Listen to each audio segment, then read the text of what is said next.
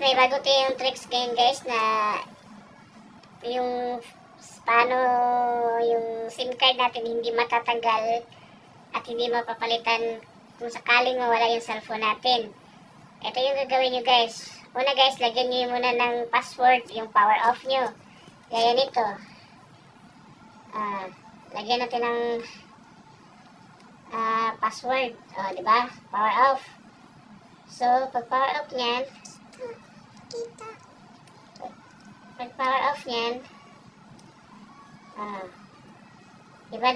diba naglagay ng power ng password.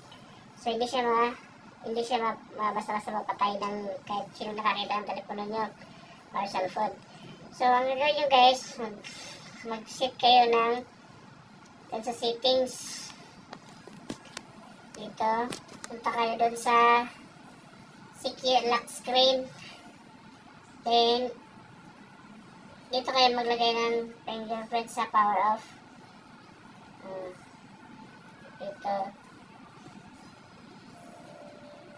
Okay, tapos dito mo nyo ipaglagay yung para hindi siya basta-basta mapatay ng kahit sino nakakita. Para hindi, nakita yung telepono nyo tapos papatayin. No? So, hindi nga mapatay kasi may ano doon, may power off. May password yung power off. So, ayun guys. Baka tanggalan nila ng SIM card. So, ngayon guys, tanggalan nila ng SIM card. Tingnan mo yung may active yung dalawang SIM card, diba?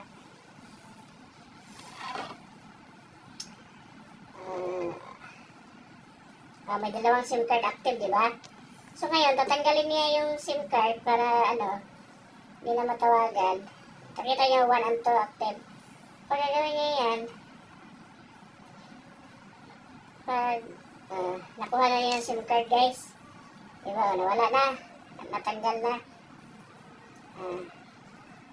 Dito na.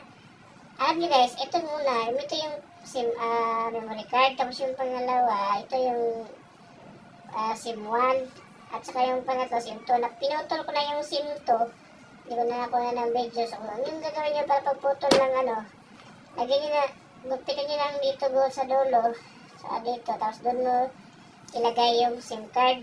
Yung unang SIM card, ipapasok nyo doon. Lalagyan nyo na lang glue sa gilid para hindi siya matanggal. Yung SIM card. Una nyo pasok doon. Tapos, ito yung pangalawa. Diba? Ito na yung pangalawa. Diba? Kita nyo, wala no SIM card yung dalawa. Pero isa lang yung SIM card dito. So, pagpasok ulit dyan, just kukunin ng tao yung SIM card mo, tatapon, tapos ilagay niya ulit.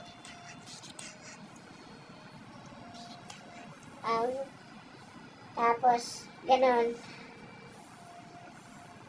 Isaksak niya ulit yung nalagyan ng SIM card mo.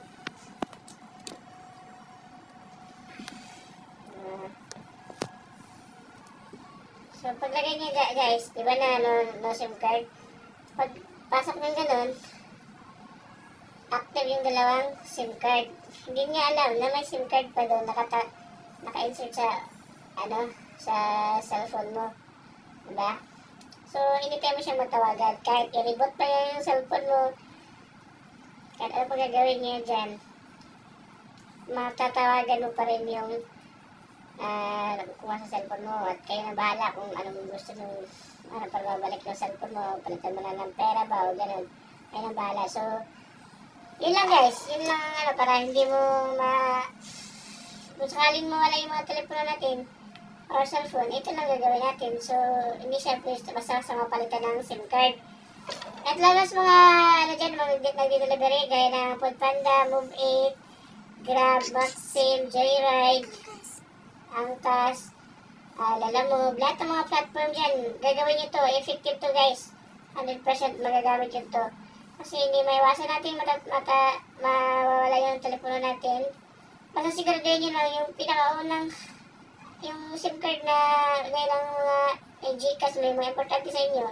Dapat yung unang yung matanggal. Pero yung secondary na SIM card, yun ang nakaatas na lagi dito sa telepono niyo, cellphone niyo. So, yun lang guys. Paki-share na lang sa mga pamilya nyo, mga kaibigan nyo, para alam nyo na lang kung ano ang text nito para kung sakaling mawala yung telepono. Lalo sa mga bata, mga estudyante, ito, gamit na gamit to sa kanila. So, yun lang guys, paki-share na lang at saka palike na lang sa YouTube channel ko. At saka maraming salamat sa inyo lahat. Thank you.